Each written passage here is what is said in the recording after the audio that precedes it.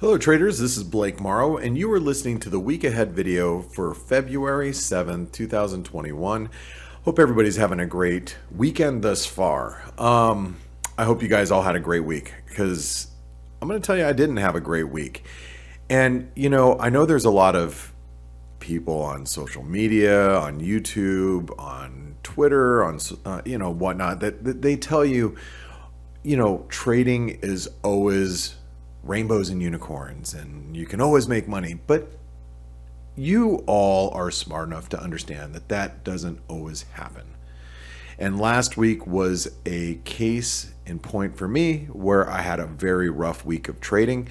I had a lot of expectations going into last week, which we're going to talk about here in a moment. They didn't come to fruition and I got caught on the wrong side. But you know what? It's going to happen when you trade. It really will.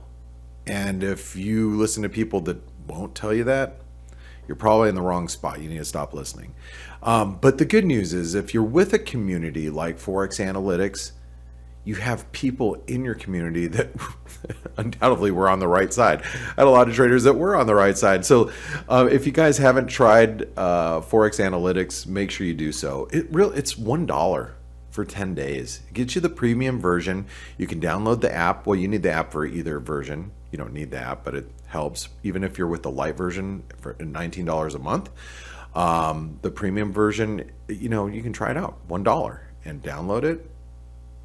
Jump in the chat rooms and take advantage of ForexAnalytix and see if it's right for you. It's a month-to-month basis. If it's not right for you, just cancel it. Now, like I said, in our community, where you can jump into the chat room right here, the chat room is a wonderful place. I'm going to just give you a quick view of just like chat room and everybody talking. This was on Friday. We were just it's at the end of the day.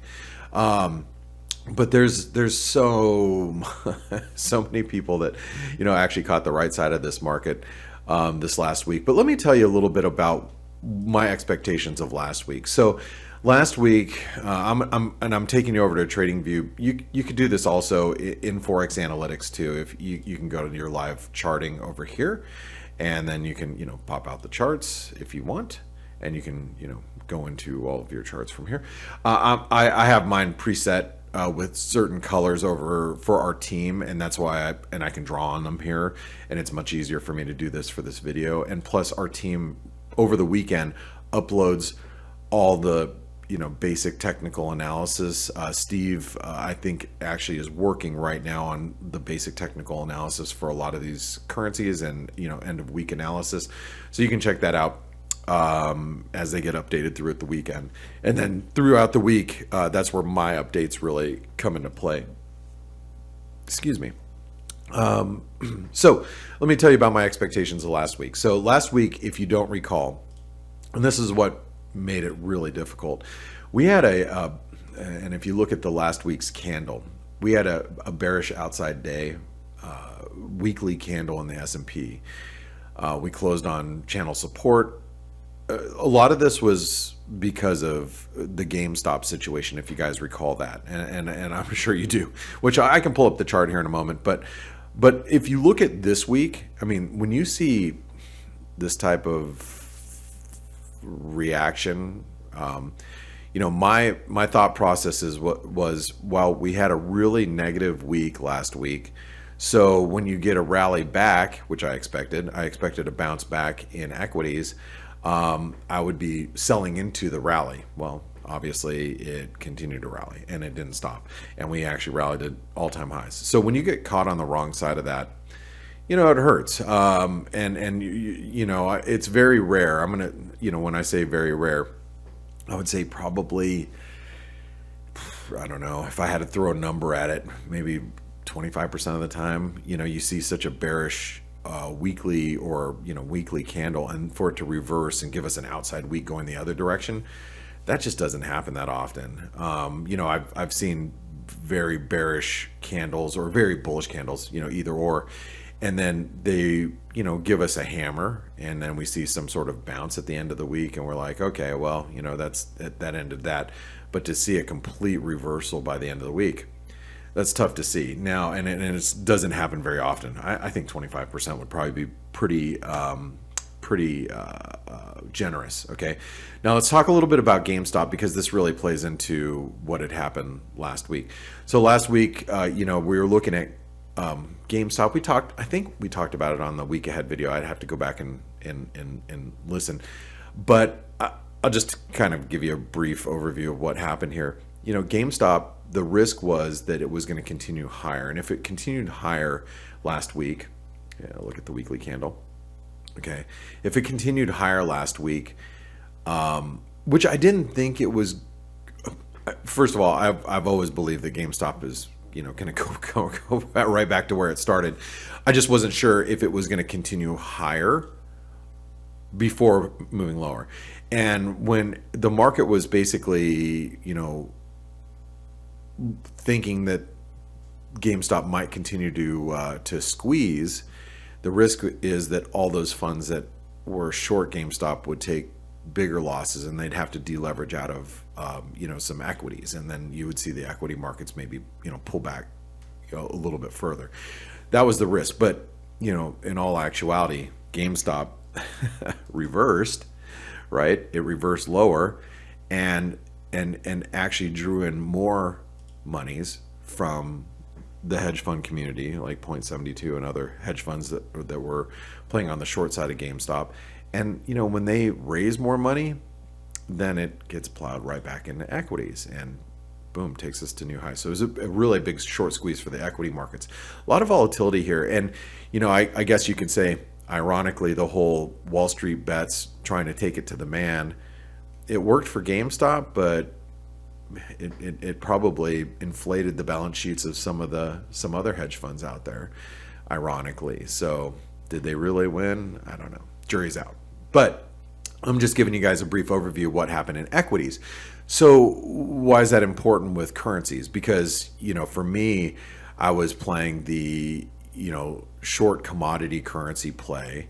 And as you can see, at the end of the week, the Aussie started to spike up because it's playing catch up with equities. Now, I do point out this chart because this is important going into this next week. And just so you know, next week we don't have a lot of data coming out. I mean, we have some inflation expectations out of New Zealand early in the week. We have now the big highlight of next week is the Fed chairman and his it'll be a Zoom meeting, I believe, or a virtual meeting for the Economic Club of New York. Usually it's a luncheon, but obviously in COVID times it's going to be just a virtual conference, I guess. And that's we have UK GDP at the end of the week, and we have Bailey from the UK also speaking midweek. But really, economic data is kind of lacking. All right.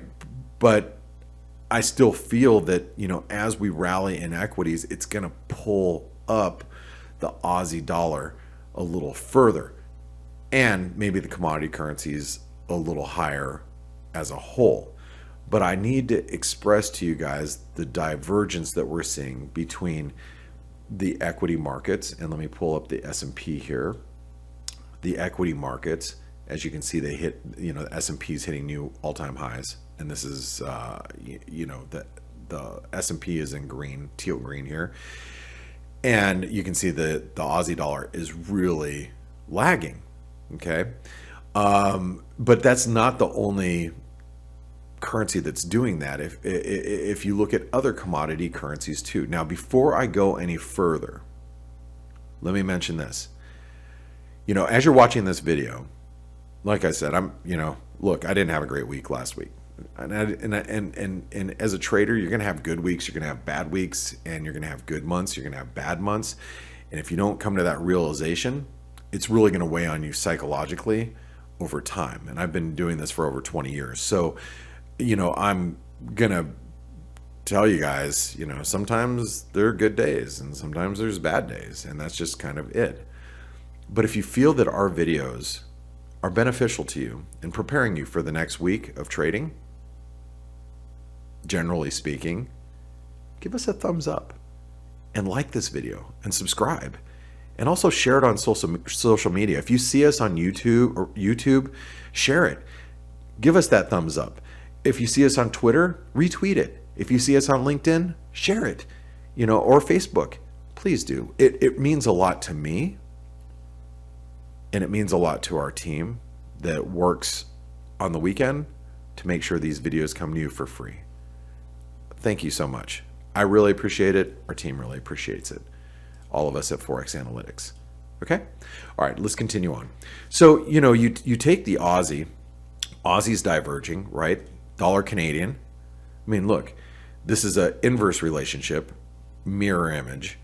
S&P's at new highs.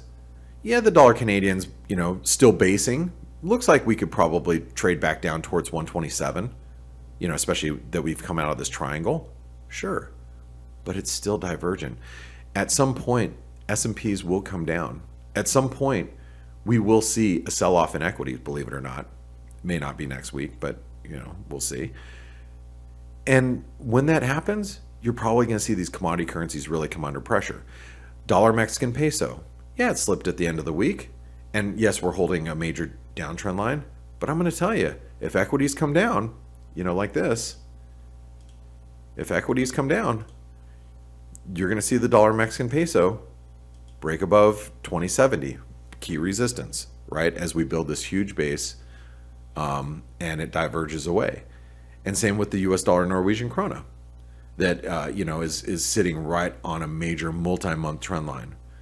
Again, S&Ps start to sell off, and also crude. And I'll talk about crude here in a second. You would see the US dollar Norwegian krona rally, right? So those are some things that I really want to point out to you. Not saying that next week it'll be interesting. For the NASDAQ, I'm going to mention this really quick. The NASDAQ daily sentiment index. Let me get rid of. Whoops, no, that I didn't want to do. Let me get rid of this S&P. The NASDAQ daily sentiment index, which is the DSI, has an extreme reading. Went out on Friday, I think at a 91, if I'm not mistaken. Either the high 80s or 91, like 87 or 91. Anyway, it is extreme. And so what I mean by that is it's extreme bullishness. Whenever you get extreme bullishness, it's like, everybody's on one side of the boat. And so the risk of the boat capsizing is high. So in this case, you have extreme bullish sentiment, which means that, equities or NASDAQ in particular might be at risk of a pullback. And if you look at us closing at the highs, I wouldn't be surprised if the NASDAQ punches into new highs, hits this, hits a new high, and then reverses and gets everybody trapped long.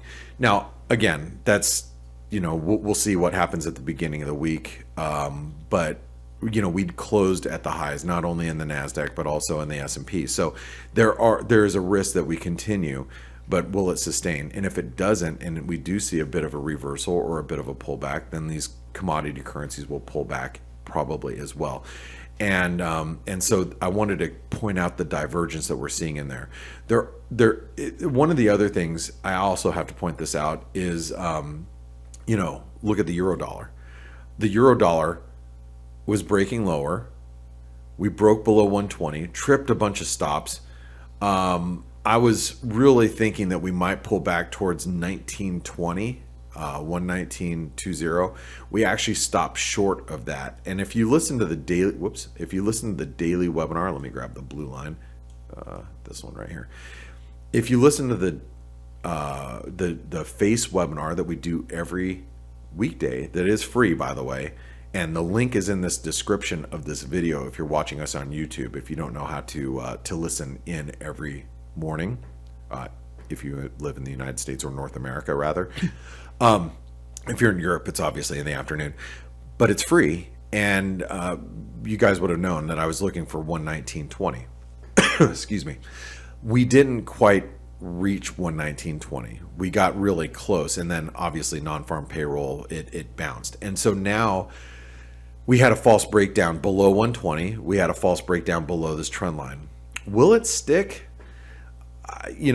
I wouldn't be really aggressively bearish the euro while we're above, 119.20. But I still think that, the euro is at risk of rolling over. Let's not lose sight of the fact that here's the dollar index, and this is probably the most important chart, especially if you're dealing with the dollar. The dollar index has an inverted head and shoulder pattern. The inverted head and shoulder pattern points towards 92.5. So somewhere around this area, 92.5, 92, maybe even 93 if it stretches its legs. The neckline of the dollar index is not perfectly horizontal. The neckline is slightly diagonal. So that means the dollar index could actually pull back a little further below 91 towards 90, maybe 85, 90, 75, somewhere in that vicinity. As a matter of fact, what we can do really quick, just to double check, make sure I got the right one here. Okay, take the low right here in January to the high from this week. Okay. The 38% retracement comes in around 90.70 right here. So what I would say is if you're trading the dollar and you're trying to trade it on the short or long side, it doesn't really matter. If you're trading on the short side, you need to be really aware as we approach a 38% retracement in the dollar index. And if you're on the long side or you're looking to be long, that might be a viable place to be long, is near the 38% retracement at 90.70. Whenever I'm looking at a bullish or bearish trend that I think is going to be a continuation, I tend to look at 38% retracements, because a 38% retracement is common for continuations. So if you have a shallow retracement that is only 38% of an entire move, that tends to be an appropriate shallow retracement for a continuation. So what I'm saying here is, if we're going to get a continuation higher and eventually make it towards 92.79, what you should see is a move higher, retracement, 38% retracement, and then you would get a, move that over a little bit, a continuation or clone movement of that A, B, C, D. Okay, so I want you guys all to pay attention to the dollar index as we pull back towards the 90.70 level this week. Like I said, guys and gals, not every week is going to be a great week. Not every day is going to be a great day as a trader, but you have to come to grips with that. I had a bad week of trading. Not everybody did. And I applaud those of you that didn't.